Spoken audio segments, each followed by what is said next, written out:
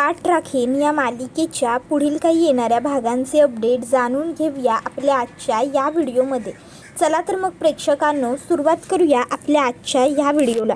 तर आपण आता इथे पाहणार आहोत की कशा पद्धतीने आता इकडे प्राजू ही आता भाग्याला नोकरी शोधायला जाताना शुभेच्छा देते आणि तिला नोकरीही सापडते. तर दुसऱ्या बाजूला इकडे आता जो प्लॅन बनवलेला असतो तृप्तीने तो फसतो, प्रीतीने जो प्लॅन बनवलेला असतो तो फसतो आणि उलट आता आलोक हा प्राजक्ताबरोबर लग्न करायला तयार होतो. आता नेमकं काय घडतं हे बघूया. तर इकडे आता प्रीतीने काय प्लॅन केलेला असतो की मी आलोकसमोर मुद्दामून प्राजक्ताचं आलोकबरोबर आपण लग्न लावणार आहोत, मोठ्या आईने हे सगळं ठरवलं आहे असं सगळं बोलायचं. आलोकला ह्या गोष्टी कळाल्यानंतर आलोक ओव्हर रिॲक्ट होईल, चिडेल, ओरडेल, रागवेल, पॅनिक होईल आणि त्याचवेळी बरोबर मग मी ह्याच संधीचा फायदा घेईन आणि मी या संधीचा फायदा घेऊन मग बरोबर मी हे सगळं काही शूट करेन आणि ते त्या प्राजक्ताला पाठवेन. ठरल्या प्लॅनप्रमाणे आता प्रीती तिच्या नवऱ्याबरोबर मुद्दामून आलोकच्या बेडरूम बाहेर उभं राहून बोलायला सुरुवात करते. अरे ऐक ना, मला ना काही साड्या घ्यायच्या आहेत. म्हणजे बघा किती साड्या लागतील तरी, हां 4 साड्या. त्याबरोबर तिचा नवरा म्हणतो, काय प्रीती 4 साड्या एकदम? त्यावर ती म्हणते, आणि अशा तशा साड्या नको आहेत मला, चांगल्या महागातल्या खशखशीत साड्या पाहिजेत, शेवटी शोभायला पाहिजे की नाही मी. त्याबरोबर मग आता तो म्हणतो, महागातल्या म्हणजे किती हजाराच्या साड्या हव्यात तुला? त्यावर ती म्हणते 10,000च्या पुढेच. त्यावर तो म्हणतो, पण का हव्यात एवढ्या महागाच्या साड्या गं? त्यावर ती म्हणते, अरे असं काय करतोयस? आपल्या आलोक भाऊजींचं लग्न ठरवलं आहे ना आपल्या मोठ्या आईंनी प्राजक्ताबरोबर, त्यांच्या लग्नासाठी. आता मी आलोक भाऊजींची धाकटी भाऊजाई जरी असले तरी शेवटी भाऊजाईच आहे ना, मग त्यांच्या लग्नात मला मिरवायचा मान आहेच की. आणि तशीही मी त्यांच्या लग्नामध्ये खूप मिरवणार म्हणजे खूपच मिरवणार. प्राजक्तासुद्धा किती चांगली मुलगी आहे, आपणसुद्धा तिला किती चांगलं ओळखतो. पण खरं तर आलोक भाऊजींना प्राजक्ता बिलकुलच आवडत नाही. मग तरी मोठ्या आईने हे असं का केलं असेल? आलोक भाऊजींच्या मनासारखं करायचं नसेल का मोठ्या आईना, म्हणून मोठ्या आईने मुद्दामून प्राजक्ताला निवडलं असेल का? तर हे ऐकून आलोकला राग आलेला असतो, संताप आलेला असतो की सुलक्षणाने माझं लग्न ठरवलं आहे. आलोक म्हणतो, यांना अधिकार दिलाच कोणी हा नसता आगाऊपणा करण्याचा? आता सोडणार नाही मी या सुलक्षणा सूर्यवंशीला. काय बडबडते हिलाच कळतं का? आणि मग लगेचच तो आता तिकडे खाली पोहोचतो आणि मोठ्याने हाका मारतो, सुलक्षणा लवकर खाली या. त्याबरोबर सुलक्षणा सूर्यवंशी लवकर खाली या. सुलक्षणा खाली तर येतेच, पण तिच्याबरोबर घरातले सगळे नोकरचाकर सगळे आलेले असतात. तो म्हणतो, तुमची हिंमत कशी झाली माझं लग्न मला न विचारता परस्पर त्या प्राजक्ताबरोबर ठरवण्याची? तुम्हाला माहिती आहे ना मला ती मुलगी माझ्या नजरेसमोर सुद्धा नको आहे म्हणून. त्यावर ती म्हणते की आलोक, हे बघ, कुणी सांगितलं तुला हे सगळं? असं काहीही नाही आहे आणि मी तुझं लग्न प्राजक्ताबरोबर का ठरवेन?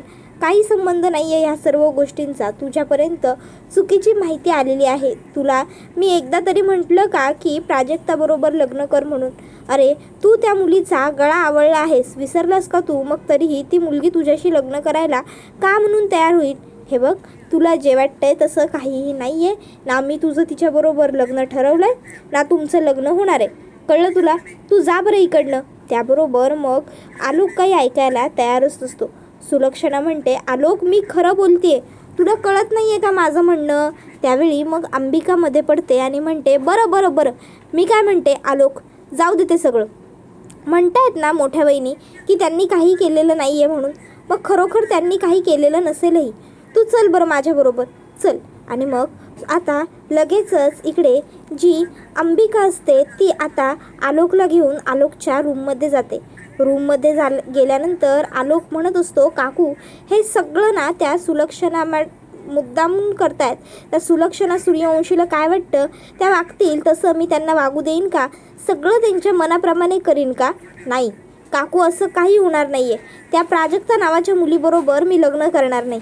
मुळात त्यांनी निवडलेल्या कुठल्याच मुलीबरोबर मी लग्न करणार नाही, समजलं तुला? नाही करणार मी लग्न त्यांच्या पसंतीने, नाहीच करणार. त्याबरोबर मग काकू म्हणते, अरे हो, मग तुला नाही करायचं लग्न त्यांच्या पसंतीने तर नको करू. तुझ्यावर जबरदस्ती करतच कोण आहे आलोक? पण आलोक, एकदा मी काय सांगते ते शांतपणे ऐकशील का बाळा? आलोक म्हणतो, काकू अगं विचारतेस काय? बोल ना प्लीज. त्यावर मग काकू आलोकला म्हणू लागते, आलोक, तुला प्राजक्ताबरोबर लग्न करायचं नाही हे सगळं ठीक आहे, पण मी खरं सांगू का, मला सुद्धा ना प्राजक्ता आवडते रे. म्हणजे खरं म्हणायला गेलं ना तर ती खूप चांगली, समजूतदार, समंजस, सालस मुलगी आहे. अरे आता ती सुद्धा लहानपणापासून अनाथ म्हणून एकटीच वाढली आहे रे. म्हणजे घरातले कुटुंबीय आहेत तिच्या, पण शेवटी आईवडिलांचं प्रेम, ते आईवडिलांचं प्रेम ना, जे नाही भोगलेलं तिने सुद्धा. अरे ती सुद्धा अशीच गरीब आहे, साधी आहे. म्हणून मला तरी असं वाटत होतं की तू तिच्याबरोबर लग्न करण्याचा निर्णय मागे घ्यायला नको आहेस. सुलक्षणा वहिनींनी जर तुझा आणि प्राजक्ताचं लग्न करण्याचा विचार केला, म्हणजे केलेला नाही आहे, तुझ्या परवानगीशिवाय तुझ्या बाबतीत, तुझ्या आयुष्याच्या बाबतीत कुठलाही निर्णय होणार नाही आहे, पण जर केला तर तू त्याला होकार द्यायला हवास. अरे ती प्राजक्ता खरंच खूप गुणी मुलगी आहे, खूप संस्कारी आहे. तिचं घर एवढं चांगलं सांभाळते, एवढं चांगलं जपते, मग उद्या आपल्या घरी आल्यानंतरसुद्धा ती असंच सगळं चांगलं करेल, जपेल. म्हणून मला तरी वाटतंय माहीत काय, की तू त्या प्राजक्ताबरोबर लग्न करायला होकार द्यायला हवास. आलोक, हे बघ, मला हे पटतंय की ती मुलगी तुला चांगली वाटत नाही, पण मी काय म्हणते, अरे काही गोष्टी अशा घडल्या आहेत ना की ज्यामुळे तुमचा एकामेकाबरोबर पहिल्या भेटीचा अनुभवच चुकला. तुम्ही दोघंजणं एकमेकांना कधी पोलाईट वेमध्ये भेटलाच नाही. मे बी पोलाईटली जेव्हा तू तिला बघशील, भेटशील, तिच्याशी थोडंफार बोलशील, गप्पा मारशील, तेव्हा ती तुला आवडेल. आणि जर ती तुला आवडली नाही ना तर तुझं तिच्याशी लग्न होणार नाही. पण सध्या विचार कर ना, एक अनाथ मुलगी, अशी मुलगी जिला कधीही प्रेम मिळालं नाही, जिला घरच्यांचा सहवास मिळाला नाही फारसा. मामी आहे पण मामीने कायम त्रास दिला, छळ केला. त्या मुलीला जर आपण ह्या घरात आणलं तर किती पुण्य लागेल आपल्याला आलोक.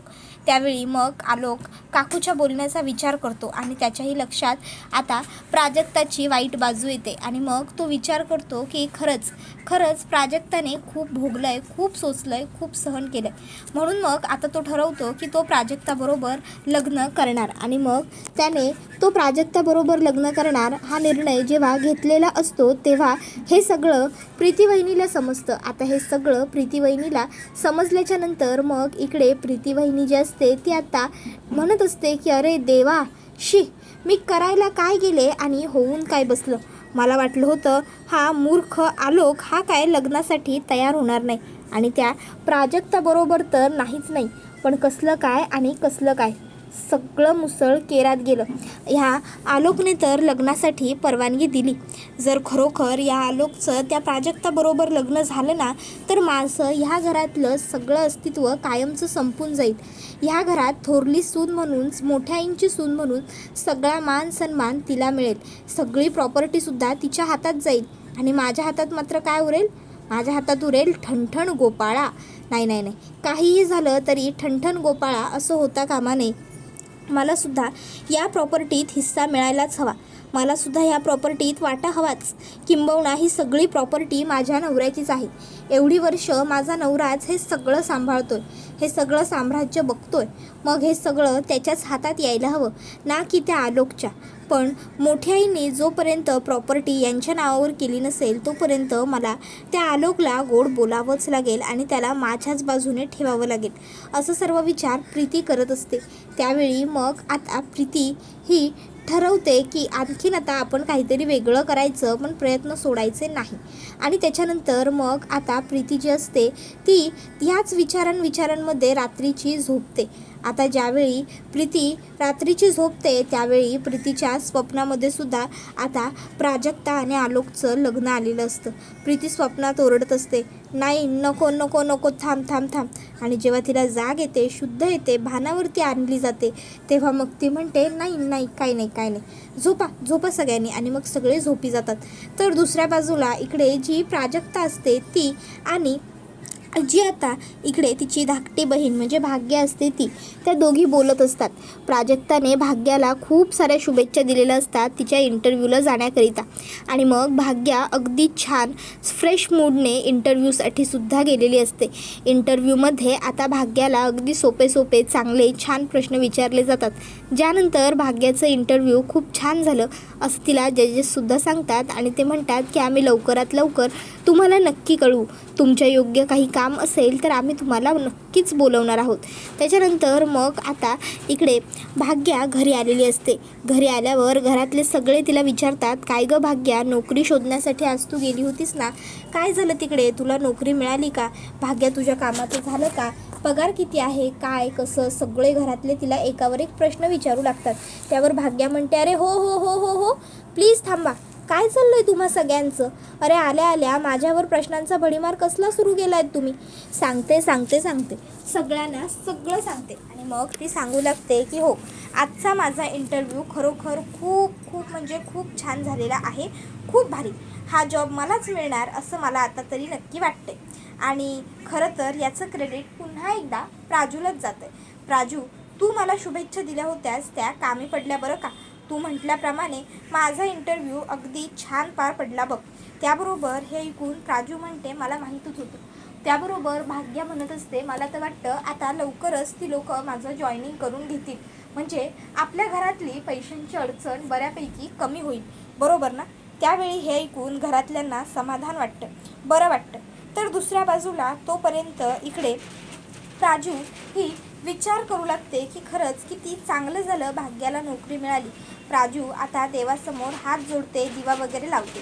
त्यानंतर दुसऱ्या बाजूला इकडे आता जी भाग्य असते ती आता इथे विचार करते, पण मला हा जॉब इतक्या इझिली मिळाला कसा काय? तर आता भाग्याला हे माहीतच नसतं की हे सगळं काही आरवने केलं आहे. आरवनेच भाग्याला जॉब मिळवून दिलेला आहे, पण आता भाग्याला ह्या गोष्टीची जाण नाही आहे, कारण तिला हे माहीतच नाही आहे. तर दुसऱ्या बाजूला जी सगुणा आहे, आता सगुणाला इकडे सांगितलेलं आहे आधीच की तुझ्या भावाला व्यवस्थित सांग माझं काम करायला. त्यामुळे सगुणा आता घरी गेल्यावर तिच्या भावाला पुन्हा एकदा खडसावते, सुलक्षणा मॅडमचं काम लवकरात लवकर कर. त्यावेळी तो म्हणत असतो की अगं तू काही काळजी करू नको, मी माझ्या बाजूने पूर्ण प्रयत्न करतो आणि लवकरच मला सक्सेससुद्धा मिळेल आणि आपल्याला हवं ते घडेल. तू काळजी करू नकोस, माझे प्रयत्न सुरू आहेत. त्यावर आता त्याला ती सांगू लागते, प्रयत्न नको आहेत आपल्याला निकाल हवा आहे, निकाल, आणि निकालासाठी कष्ट गरजेचेच असतात. त्यावर तो म्हणतो की हो होईल, सगळं आपल्याच मनासारखं होईल. त्याबरोबर आता मग इकडे तो म्हणत असतो, काहीही करून त्या प्राजक्ताच्या भावाला जुगाराचा नाद लावेन म्हणजे लावेनच, तुम्ही काही काळजी करूच नका. त्यावर लगेचच त्याला त्याची बहीण म्हणते की काळजी आम्ही नाही, काळजी तू कर, कारण जर त्यांचं काम झालं नाही तर मग तुला माहिती आहे ना सुलक्षणा मॅडम किती रागवतील ते. त्याबरोबर तो म्हणतो की हो हो मला माहिती आहे सुलक्षणा मॅडम किती रागवतील, त्यांचा राग कसा आहे काय आहे मला सर्व माहिती आहे. त्याबरोबर मग आता दुसऱ्या बाजूला इकडे जी प्राजक्ता असते तिने आता फोन केलेला असतो इकडे सुलक्षणाला आणि ती सांगते की मॅडम माझ्या मामाचं ऑपरेशन व्यवस्थित झालं, सगळं छान झालं, सक्सेसफुल झालं ऑपरेशन, मामाला डिस्चार्ज दिला आहे आणि आम्ही मामाला घेऊन आता घरीसुद्धा आलेलो आहोत. मामाची तब्येत बरी आहे. म्हणजे मी म्हटलं होतं मी तुम्हाला फोन करेन म्हणून, पण खरंच सांगते हॉस्पिटलमधून फोन करायला संधी मिळालीच नाही, म्हणून मग मी आता फोन केला. त्यावरती आता म्हणते की हो हो चांगलं झालं, बरं झालं, उलट त्यांना लवकरच डिस्चार्ज मिळाला. ते मलासुद्धा हेच वाटत होतं की त्यांना एकदाचा लवकरात लवकर डिस्चार्ज मिळावा. बरं झालं. बरं तुम्ही घ्या काळजी, त्यांना व्यवस्थित सांभाळा, त्यांना जपा. बरं चल मी फोन ठेवते, ॲक्च्युली काय आहे ना मला थोडंसं महत्त्वाचं काम आहे, नाहीतर खरंच मी तुझ्याबरोबर बोलले असते. त्यावर प्राजक्ता होकारार्थी मान डोलावते आणि चालेल निवांत, तुम्हाला वेळ मिळाला की फोन करा असं म्हणत फोन ठेवून देते. त्याबरोबर दुसऱ्या बाजूला इकडे आता जो आलोक आहे तो आता इकडे विचार करतो आणि ठरवतो की ठीक आहे, जर काकू म्हणते तर खरोखर ती प्राजक्ता जरा बरी मुलगी असेल, मी तिच्याबरोबर लग्नाचा विचार करायला काहीही हरकत नाही आहे. शेवटी काकू तर माझ्याच भल्याचा विचार करणार आहे. असो, बघू पुढे काय घडतंय ते, असा आलोक विचार करतो मनातल्या मनात. त्याबरोबर हा व्हिडिओ इथेच संपतो. व्हिडिओ आवडला असेल तर व्हिडिओला लाईक करा, चॅनलवर नवीन असाल तर चॅनलला सबस्क्राईब करा आणि बेल आयकॉन आठवणीने प्रेस करा, जेणेकरून तुम्हाला पुढच्या प्रत्येक व्हिडिओचं नोटिफिकेशन मिळत जाईल आणि सर्व व्हिडिओंचा आनंद हा अगदी उत्तम पद्धतीने घेता येईल. चला तर मग प्रेक्षकांनो, आजच्या पुरतं इथेच थांबूया. पुढचा व्हिडिओ येईपर्यंत या व्हिडिओचा छान पद्धतीने आनंद घेत राहा. तुम्हाला ही मालिका कशी वाटते हे आम्हाला कमेंटमध्ये नक्कीच सांगा. टाटा बाय बाय, धन्यवाद, take care all of you.